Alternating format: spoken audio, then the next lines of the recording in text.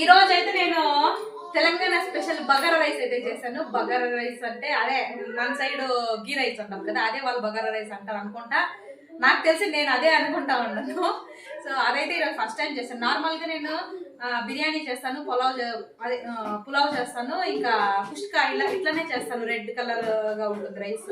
First time white కలర్గా ఉండాలనేసి నేను యూట్యూబ్లో చూసి చేశాను ఎట్లుంటుంది అని. చాలా సింపుల్గానే ఉంది ప్రాసెస్ అయితే. సో చేశాను మొత్తానికి అయితే. ఎట్లుందో ఇప్పుడు చూద్దాం రండి.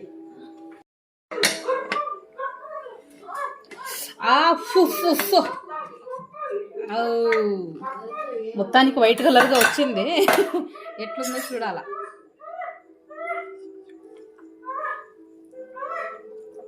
మసాలా అంతా లోపు ఉంది. ఇప్పుడు పక్కన తీసి మిక్స్ చేసుకుందాము.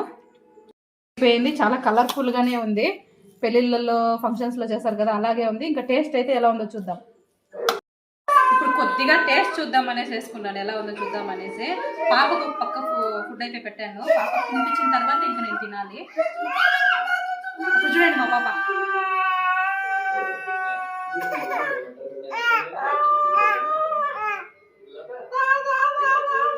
ఎత్తుకొని ఎత్తుకొని ఎత్తుకొని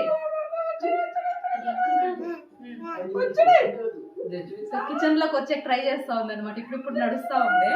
సో ఇది ఎలా ఉందో చూద్దాం. వేడి